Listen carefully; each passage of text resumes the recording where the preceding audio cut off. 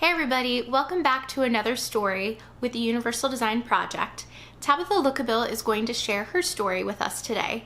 She fell and broke her leg and is still experiencing effects with mobility and balance, strength from this broken leg. Many people do not think that they're going to experience a disability in their lifetime, whether it's long-term or short-term. But Tabitha does a really great job at explaining how this has impacted her home, what she does for fun, and how she participates in the community. Thanks for listening, and I hope you enjoy your story. Bye. My name is Tabitha Lookabill, and I'm 41, and I live in Bridgewater, Virginia. And then what do you do during the day? Right now, I'm a stay-at-home mom. We have 3 kids, but I will be teaching at a classical Christian school. Oh, cool. This coming year. Awesome. Kindergarten. So tell me some basic details about your injury. How did it happen? How long ago was it? So I broke my leg. I broke my tibia and my tibial plateau.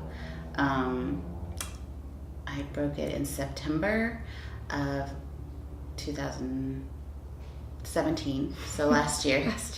And it was a bicycle accident, just kind of a freak bicycle accident. I was carrying my little dog as I was biking, which was super unwise.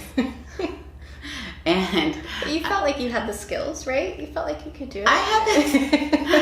I just wasn't thinking through this and realizing that my brakes were on my handlebars and I couldn't brake because I was holding my dog. Sure. So, and to avoid my daughter who was in front of me, I swerved, and it was just a freak accident, right? Mm-hmm. I pretty badly injured my leg. So what did they, so what happened? You fell, and then did like the ambulance come, or how did all of that play out? So I actually fell right in front of my friend's house. Okay. And so my daughters who were with me, they ran up there, and she was at her house. Okay. And so she came down, and it was just this miracle because this lady drove up in a car. It was in front of a park, and so she was just leaving the park, and she is an EMT. Wow. Yeah. Mm-hmm. So she knew what to do. I did have a little bit of a head injury, so there was a lot of blood, and so that was kind of taking precedence over my leg at first. Mm-hmm. But yeah, they did call the ambulance. It was my first ambulance ride. Oh, your first ambulance ride. At 40 something. So yeah, so I went to the ER, Okay. and they took x-rays, and they could tell that it was pretty badly broken. And but then I didn't have surgery on it until 2 weeks after the break, which was maybe not the best. It actually kind of made things more challenging in the healing process. Oh, I'm sure. So you went home, and you just basically kind of had to live with a non-fixed broken leg until that surgery. Yes. So what was it like going home right after that? Like, do you live in a house that was like that accommodated that really well, or? We do have a ranch, Mm-hmm. so I didn't have like an upstairs bedroom that I needed to get to. That's so that was helpful. really nice. Mm-hmm. That we do have maybe 2 little stairs to go up to get into our house. They're not very big, but they looked huge. Sure. Like when I got home. Right. Like, how am I going to do this? Yeah. Mm-hmm. I'd never had to really use crutches before, and because my leg was just in an immobilizer, like I didn't. I was afraid that I would injure it some more. Sure. Mm-hmm. So I didn't want to move it around very much. Mm-hmm. So like a lot of the challenges were like, how do I go to the bathroom? Mm-hmm. I can't take a shower, or how do I even take a bath? Like Right. it was kind of complicated. Sure. And especially before you had the surgery. So. Right. Mm-hmm. Yeah. So basically, I just sat on the couch or laid on the couch for 2 weeks. Wow. And then once you had the surgery, did you have any limitations after that surgery? Like, were you able to put weight on your foot or anything like that? No. Yeah. So I couldn't put weight on my foot for, let's see, my surgery is at the end of September. And I did not start putting any weight on it until December. Okay. So a couple months. Yes. Mm-hmm. It was a long time. Sure. So I couldn't, there was a lot that I could not do. Because I kind of had to keep my leg, I had to keep it up all the time. Mm-hmm. But I was using crutches. I learned how to use crutches pretty well. Mm-hmm. But because of how it was broken and the injury, I couldn't use one of those scooter things that you can put your knee on. Yeah. Because I couldn't bend my knee like that. Gotcha. Because of the tibial plateau fracture. So even that might have been a little easier, you still wouldn't have been able to use it because of your injury. Yeah. Mm-hmm. And so we were offered many things to help us. Mm-hmm. The amazing thing was the shower chair. Nice. That was great. Mm-hmm. And also the shower, what is it? Where it has the hose with it. Oh, the handheld shower head. Yes. Yeah. The handheld, that was amazing. Mm-hmm. So having that and having the shower chair, that made me feel like a human again, because I could actually take a shower by myself. Sure. And you didn't have any grab bars in your shower already or anything like that? That would have been nice too. Mm-hmm. Although we did get one of those grab bars that you can put onto the side of the tub. Nice. So you could at least have something. So I could hold on to something as I was getting into the tub. Now, did your how about your bathroom like setup? Like was the door wide enough for you to get in? Like, I guess you were using crutches at that point. I was using crutches. Okay. So our bathroom is small, but it actually is a good setup. Nice. For a small bathroom. Like the doorway's not too small. There was enough room to maneuver around to get into the tub. The toilet was kind of tucked away, but for some reason I think it's a little bit higher, so that helped a lot too. Oh, I'm sure getting off of the toilet was difficult with one leg at that point. Yeah. Mm-hmm. And I had to keep my leg, especially before my surgery, when I would use the bathroom, I had to keep my leg kind of up. I couldn't let it dangle. Even though it was in the immobilizer, I couldn't let it touch the floor. So that was awkward, because I had to have kind of like a stool to prop my leg up on as you're going to the bathroom. Yeah. Well, and I'm sure the pain was just significant as well. Yeah, so there was a lot of pain. So I didn't want to move it very much. Sure. Now, during this process after your surgery, did you have any therapy to help you kind of get back on your feet a little bit? Yes. I had in-home physical therapy, and my physical therapist, Diane, was amazing and really encouraging. And we got started pretty soon after I got back from surgery. Nice. We just started. I think sleeping was really hard because I did not have a cast, but I had a brace that was pretty big. It went up, half up my thigh. Sure. And just how to position myself to sleep, and like that was really challenging. So I had a hard time sleeping. I think that's one thing a lot of people don't think about is the sleep portion. I mean, moving around in your house is one thing, but like getting comfortable to like actually rest is difficult. And my bed actually was too high. I had problems getting into my bed, so I slept on the couch. Interesting. For months. For a long time. Yeah.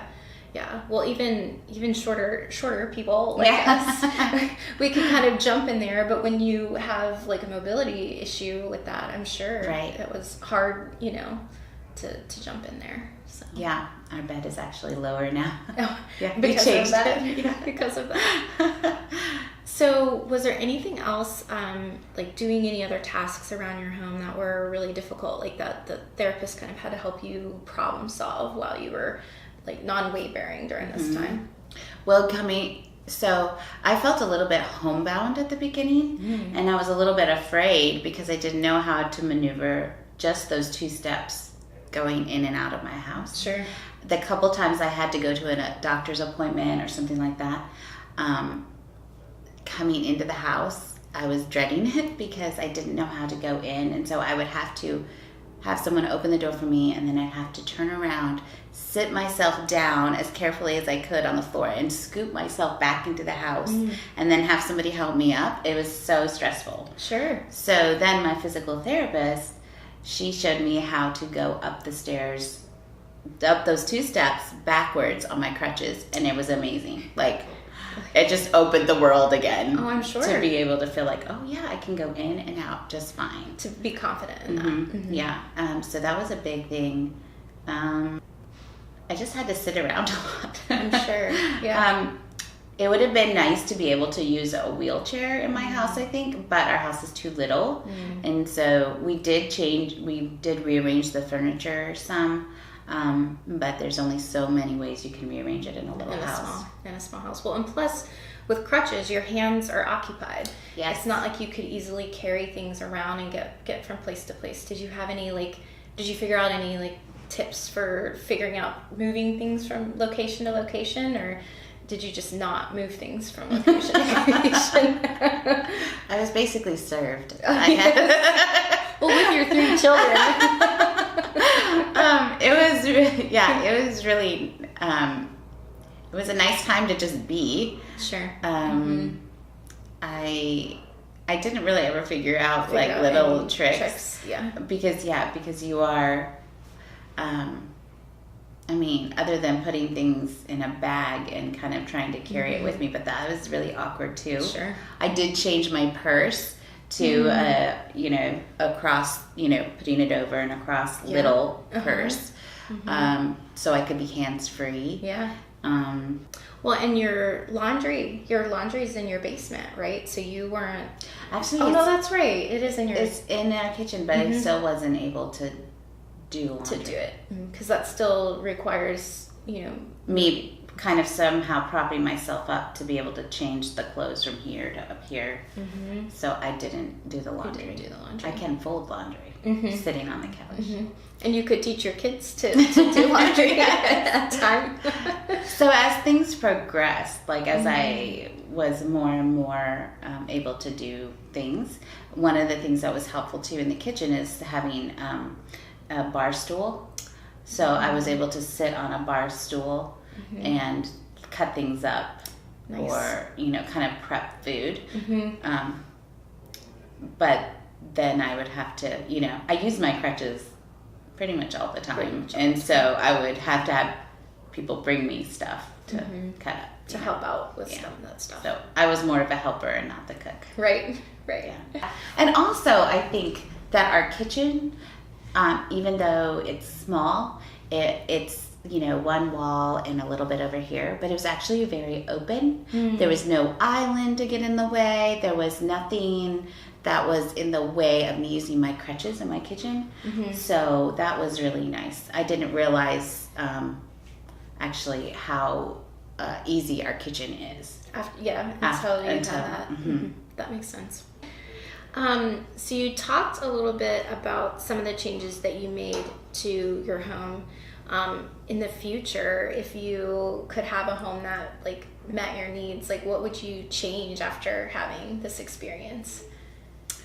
Well, we're actually hopefully building a back deck on our house, and we're putting a ramp up to the deck so that we, can have friends, or if we get into this situation again, it's just a lot easier to get into the house. Sure. So we're doing that. Nice. It's actually a change we're doing. And I think that I don't think there's too many things in our house because it is a ranch. Yeah. That's helpful. It was really helpful. I think, we were looking at houses to buy recently, and I just kept looking at all these houses that have all these stairs. Yeah. And I just thought, I don't want that house because it has stairs. I mean, just not even just stairs into the house, but stairs within the house, like split foyer, split whatever it's called, or just, stairs that go down into this like basement area or something. And I'm just thinking, even now, stairs are challenging for me. I'm sure. I don't have the range of motion in my leg. And so going upstairs, I'm okay. Going down the stairs is more challenging for me. Was it helpful? Is it helpful to have a railing to help? Yes. To help down the stairs? Yes. Definitely railings. But still, the thought of having stairs that I have to go up and down in my house daily, I don't want. Sure. So I think there should be more ranch level ranch homes that don't have stairs in them. Like, I understand, the stairs to the basement, there's more room, or, having all the bedrooms upstairs. Like, it's a nice idea, but then once you have something that disables you, right, then it's kind of a challenge that you just don't want to have to face. Well, and it makes your world smaller. It does. Because if everything that you do is on a different level, and then, and even in your own home, you, because of the height of your bed, you have to sleep elsewhere. And so it just changes the way, changes your normal. Yes. So, no, that's a really good point. Please build more houses that are one level. Yeah. And not just in the 50 and above communities. Yeah. No, that's a big deal, because I think a lot of people think that it is only for folks that are aging, and you're right. Because we've looked for houses as well, and there just isn't a lot in a lot of different price ranges. Yes. That would meet the needs of people. And most people don't think they're gonna, go hiking or fall or ride a bike and fall. And it took you a long time to recover, even with a home that, sort of met your needs. It was still very difficult. Because it's just they have a lot of one-level duplexes or whatever, but they're not big enough for a family. Right, exactly. And I understand why they don't build them, because it costs more to take up more square footage. I understand that, but they need to maybe try and figure out how to do it. Do it a different way. Do it a different way, yeah. Tabitha also mentioned that there are many things people didn't understand and how this broken leg has impacted her life and her ability to do things. Even over half a year later, she is still trying to work on her range of motion, her strength, her endurance, and even stretching out her leg to walk better. It's very tiring to use crutches. I'm sure. And it takes a long time to recover from a surgery. And I think that it sounds like, you just have a broken leg, but really it was super challenging, and it was a longer road to recovery than just if I just had a cast on. Sure. It was a more challenging break. I had plates in my legs and pins and and the fact that you were non-weight bearing for so long too, then that made an even bigger issue. Right, because then once I was weight bearing, I had to work on my range of motion and my strength in my leg.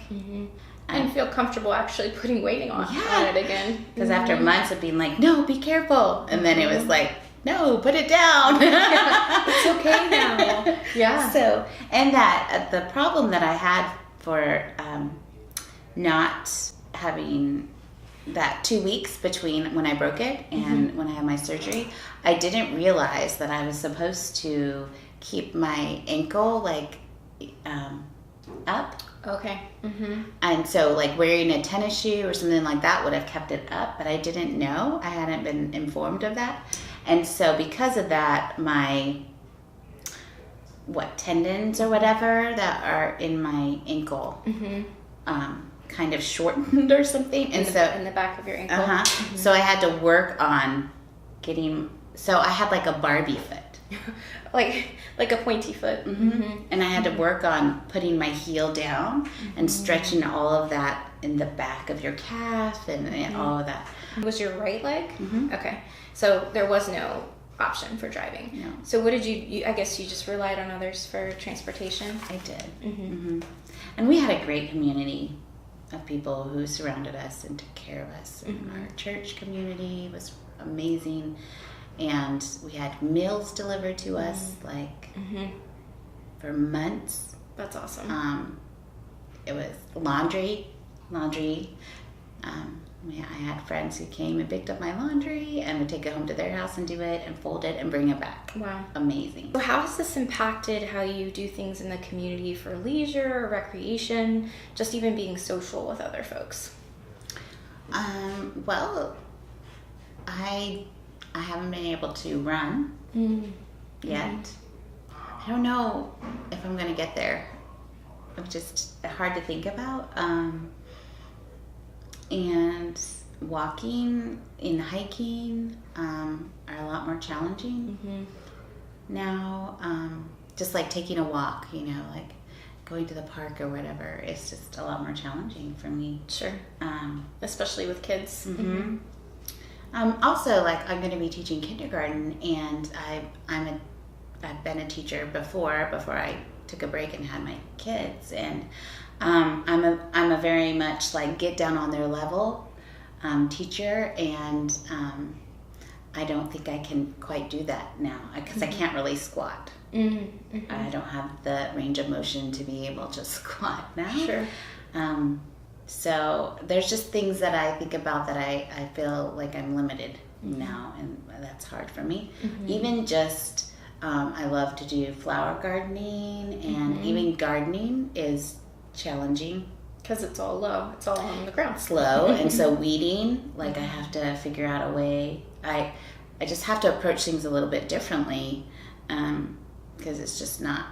I just can't like squat down there and pull things up or dig, and plant seeds. I was actually digging in my garden the other day, and I was trying to get rid of some crabgrass and some weeds, and I tried to do the whole take my big shovel and do that thing, and I landed on my back. Oh no. Yeah, I just fell over on my back because I don't have as my sense of balance is a little bit off still, and it made me really sad. I'm sure. I just laid there for a few minutes in my garden. Like, what just happened? Yeah. So I think I was a very, I was very active, and I had no problems with mobility and flexibility and stuff like that. And so it's been a little bit challenging, even mentally, for me to figure out what I can and cannot do. So that's been a hard challenge. Yeah. And I still think about where can I park that's close to where I'm going, because it actually takes a lot of effort for me to walk here, and my leg gets tired very quickly. And I mean, of course, I'm working on it, physical therapy and trying to strengthen it. Sure. But it's just not the same as it used to be. So I think about that stuff a lot. Even shopping. I used to be able to just walk around and shop. Sure. But now I think, where is it in the store? How far will I have to walk? What's my plan for how I'm going to navigate the store? Yeah. And that's one thing too, when I was more up and about and I did go shopping a couple times, I mean, using your crutches, you get tired so quickly. And it was really hard when I was in a store that didn't have a place to sit down. I've had a lot of people mention that. I'm glad you mentioned it too, because there really isn't a lot of places to sit down in stores. And then some stores, I think it'd be good if they had some wheelchairs. Because if I just had a wheelchair, I could, have my crutches and have my, I never went shopping without anybody because I couldn't really drive. Sure. But but if they could just push me around the store, I could be a better shopper at that store because I wouldn't be so tired and stressed out on my crutches. So I was disappointed, I think, in several places where I realized I can't really shop here because I don't have the strength and the ability to move around easily. Mm-hmm. And I think that's a testament to the store, knowing that people want to come and spend money in their store, in their establishment. Mm-hmm. But if they don't have the ability for folks that have something temporary or long-term going on, you can't do it. Mm-hmm. They're going to, maybe go online and shop because it's easier. Right. People with a more permanent disability, they have their established wheelchair or their established something that they use all the time. Mm-hmm. But when you have it temporary, you don't have that. Mm-hmm. So you're just kind of using what you have right then. And a lot of people, I think, don't have their own wheelchair to use in the store or something like that. So if a store provided one. Mm-hmm. So I definitely started picking stores that had a cart, what is it? Electric shopping cart. Mm-hmm. Mm-hmm. Or they did have a wheelchair. Mm-hmm. I would name a store that doesn't have any place to sit and a wheelchair, but that would not be kind. That's okay. They need to know. Old Navy. Old Navy. No, and that's a huge... I was really, there was no place to sit except for in the fitting rooms. Yes. And I didn't want to sit back there when my family was, out and about shopping. Mm-hmm. And there were people sitting there. There's, one bench. Right. And that's a big store, too. It's a big store. Especially if you have, 3 kids that you're, and yourself that you're shopping for. Right. So the maneuverability in that store is good. Mm-hmm. There's a lot of open space. The flooring is great for a wheelchair. Mm-hmm. They need to have a wheelchair for people who have temporary disabilities. Yeah. Mm-hmm. No, that's a really good point. The store that I already named, but now shall remain nameless. My mother-in-law talked to the manager and said, "Do you have a wheelchair or something?" And they just were kind of "No, we don't." Their attitude was "Who cares?" kind of thing. Mm-hmm. And then we went next door to the mall, to Belk, and she asked for a wheelchair, and they had one, and they brought it out, and they were very accommodating. Mm-hmm. And we said, "This is such a better experience than what we just experienced." Yeah. And she said, "Every store is supposed to have one." And I don't know if that is the case, but she said every store is supposed to have one in case of an emergency, and we need to get somebody out quickly who's not able to get out quickly. Interesting. I don't think I was aware of that. That makes a lot of sense. It does make sense. Especially if someone, has, is hurt or something like that. I mean, I know an ambulance would come, but still, if there was an emergency. Like a fire or something, and there was somebody who, they couldn't move as quickly to get out. And she said every store is supposed to have a wheelchair. And I don't know if the store before they didn't have one for real, or they just were I was back in storage, we don't want to get it out. Sure. I don't know. Mm-hmm. But it's supposed to be very accessible. Yeah. Mm-hmm. Yeah. No, and that makes sense for so many different people. So yeah. Anyway. Huh. No, that I think attitudes are a big part, because I feel like that's something that has to be done in training for employees as well. Not only are you teaching them how to interact with customers, but you're teaching them how to interact with customers who might need an additional accommodation. And for that to not be just another, an inconvenience. Yeah. Mm-hmm. Definitely the attitude of the two stores was different. Mm-hmm. I really appreciated Belk, and they were very accommodating and said, "Leave your crutches here while you're in the wheelchair, because they're hard to manage to hold on to while you're in the wheelchair, so just leave them up here, come back and get them when you're done shopping." That's just general customer service. Yeah, it was good. That's awesome. I think it's harder too, when you're so tired and maybe you've had a really full day and you've been on your feet a lot, but you still need to get some shopping done, and so you go to Walmart and you're looking at those electric carts You're thinking, I just want to ride that because I'm so tired and my leg is really tired. And yet at the same time, you feel that you're not disabled enough to use them. At least I do that, you know, because I think, well, I can do it. So that's a little, I don't know. Yeah, I think that is hard because I know, you know, people look.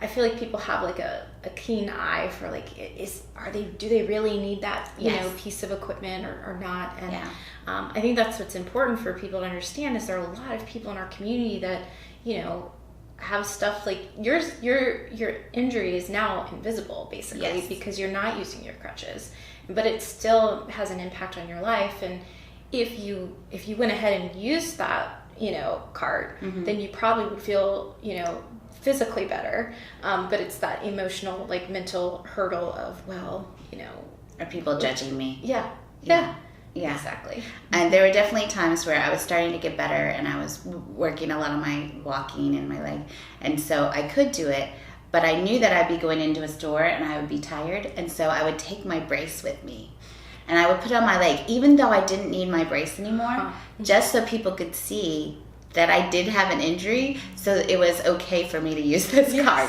Yeah. I made plans like that. Yeah. So to think through that, to combat other people's opinions. Yes. Yeah. Yeah. Isn't that funny? It's funny that we have to do that, you know, but it's a reality, unfortunately. I asked Tabitha if there were things that could be done better in the community to make it easier for her to participate in things she enjoyed. Besides things like parking, more places to sit, and available wheelchairs, she also felt that there were places that she couldn't go due to barriers in the environment. I don't think that people have maybe thought through that these stairs do not allow some people in, and you don't have an elevator. I think that some businesses maybe just don't think about that.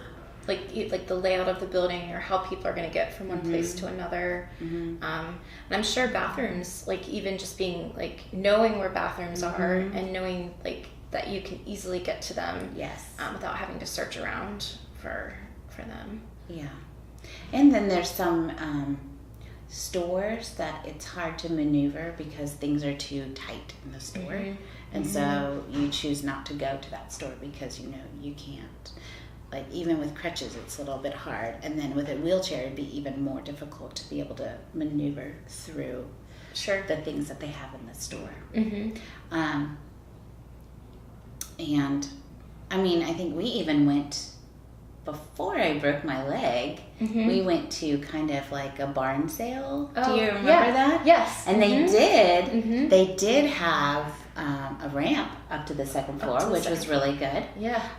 But there were definitely places where there were just stairs going up to a little shop, or it was kind of hard to maneuver around some things. And it looked really cute in there. Yeah. Really cool.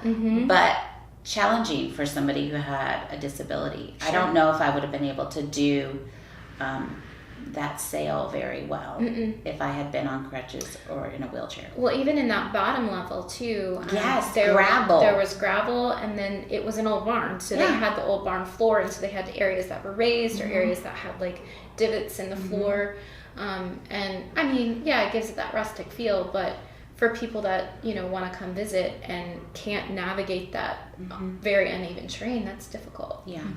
That's true. I had forgotten about that place. Yeah. So I think, you know, I think there's so many things that you're thinking about when you're starting a business or a school even, and just like schools probably they think through this a lot more because they have such a range of children. But just businesses, you think, okay, where can I put my business? And, you know, you're just thinking about the decor and stuff like that and not thinking, how can everybody come in here?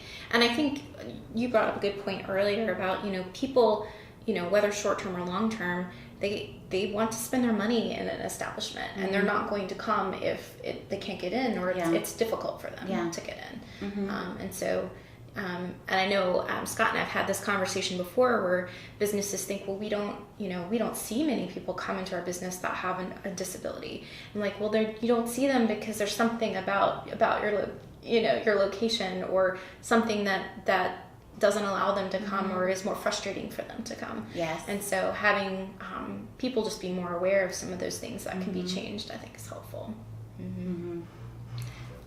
Yeah, I would think about before I would go out somewhere, I think, does this place have a place for me to sit, or an electric cart? Mm-hmm. And if I thought that they didn't, then I wouldn't go. Mm-hmm. Yeah, because it would just make your life harder. It would, yeah. So, and sometimes I called places, but that's kind of embarrassing, because then you feel like they're going to be looking for you. Is that person who called about the wheelchair, did she show up? Because you don't want to, you already know that you stand out a little bit because you're just a little bit different than everybody walking around. You have crutches, or you're in a wheelchair, and you just I mean, even for that short amount of time, I felt very exposed, yeah. So I would choose not to go sometimes, because it was not only physically tiring, but it's a little bit emotionally and mentally tiring. And we've often talked about, like, it'd be interesting to find an easy way for people to either have on their website or marketing or some way, so you wouldn't have to feel like you had to call to see if they had, this accommodation or whatever, that it was easy to find, easy for people to look at in their marketing materials, to say, oh, I could come here and attend and know that it's going to work for me. I asked Tabitha if this broken leg had impacted her relationships in any way. Overall, she said it was a very positive experience, because she had friends and family rally behind her and her family in helping make things easier for her. She also had more opportunities to sit and rest and relax with other individuals who came to visit. I had a lot of help, and it was very positive, and I got to be with people a lot more, because I was just sitting and being. It's hard to accept help, but when you really can't, then it's so nice when people are so willing to help. I do have family in the area, and they did come and help, and that was great. But for the long haul, I mean, it was months of help. And our friends and our community and our church was so faithful and happy to help. It was really nice. That's great. Well, thanks so much for sharing and bringing more awareness to just different things that happen in life and affect how we do things. Okay, this is a good time. Yes, thank you. Thanks so much for listening to Tabitha's story.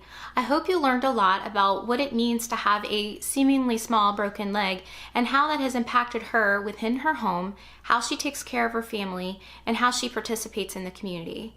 I think it was really important that Tabitha mentioned that she really wishes more people would think about building one-level homes for individuals of all ages and all family sizes, because even short-term illnesses or injuries or disabilities can really impact the family unit. Thanks, Tabitha, for telling your story, and I hope you all continue to listen in for more stories with the Universal Design Project. Thanks.